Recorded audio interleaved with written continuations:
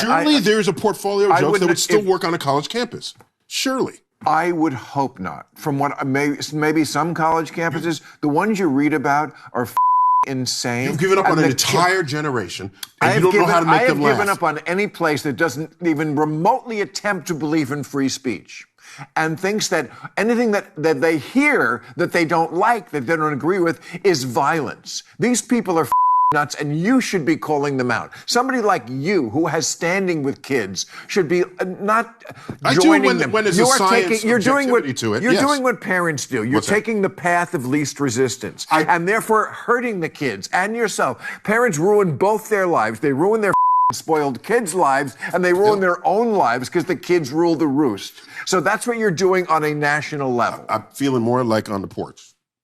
Get off my lawn. Really? I feel like we're in the barbershop. How important is free speech on a college campus? Here's what the Supreme Court said in 1957 in the landmark case Sweezy v. New Hampshire. Teachers and students must always remain free to inquire, otherwise our civilization will stagnate and die. Inspiring words, and true. Which is why what's happening in American colleges and universities is so disturbing. A study conducted by the Association of American Colleges and Universities in 2010 revealed that only 30% of college seniors strongly agreed with the question, is it safe to hold unpopular positions on this campus?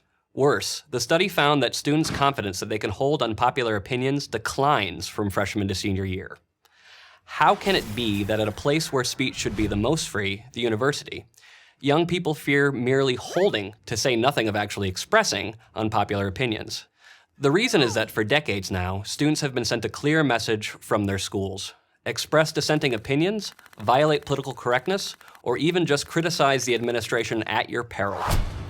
After working for 12 years at the Foundation for Individual Rights in Education, I have seen hundreds of examples of students in peril. Here are just a few. At Indiana University, Purdue University, Indianapolis, a student employee was found guilty of racial harassment for publicly reading a book that some of his fellow employees found offensive. The book was Notre Dame versus the Klan, and it was available in the school's library. It recounted and celebrated the defeat of the Ku Klux Klan when its members marched on Notre Dame in 1924. So what did the university find offensive? The photo on the book's cover. At the University of Delaware, students were forced to undergo ideological re-education as part of the university's compulsory student orientation program. The program was described as treatment for students with incorrect attitudes and beliefs. Students were taught to adopt highly specific, university-approved views on politics, race, sexuality, sociology, moral philosophy, and environmentalism. They were also required to attend one-on-one meetings with their resident assistants, where they were compelled to answer intrusive, probing, and utterly irrelevant personal questions such as, when did you discover your sexual identity? And an increasing number of schools are trying to drive religious students off campus. Vanderbilt University, for example, has enacted a policy that forbids faith-based student groups from selecting members and leaders based on their faith. As a result, 14 Christian groups have been de-recognized by the university. Then there are speech codes at a majority of American colleges and universities. What is a speech code? It is a university regulation or policy that limits or bans expression, written or verbal, that is protected under the First Amendment. Such codes are applied with glaring double standards against religious, conservative, or politically incorrect speech, or simply speech that a particular campus administration happens to dislike. In other words, there are things you are completely free to say and write off campus that will get you in serious trouble if you say or write them on campus. These codes include policies that ban speech that administrators find insulting or offensive. One absurd code that appeared at multiple universities banned inappropriately directed laughter. And in Orwellian fashion, some schools even limit free speech to tiny sections of campus called free speech zones.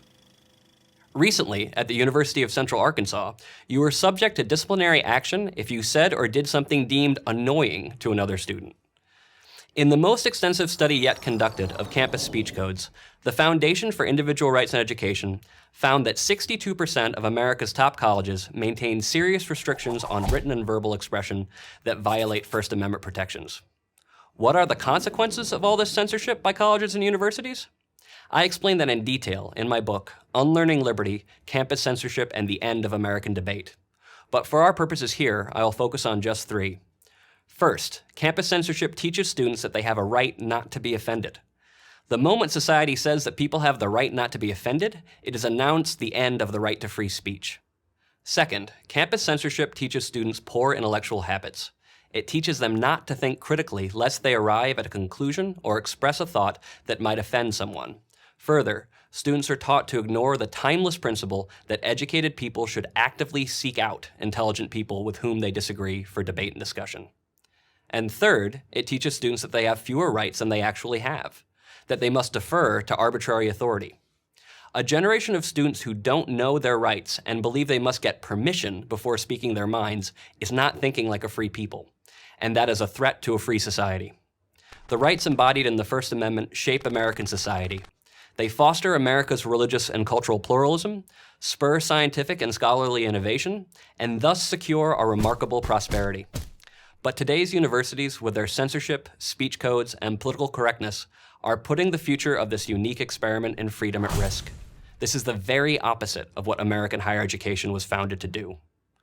I'm Greg Lukianoff, president of the Foundation for Individual Rights in Education for Prager University.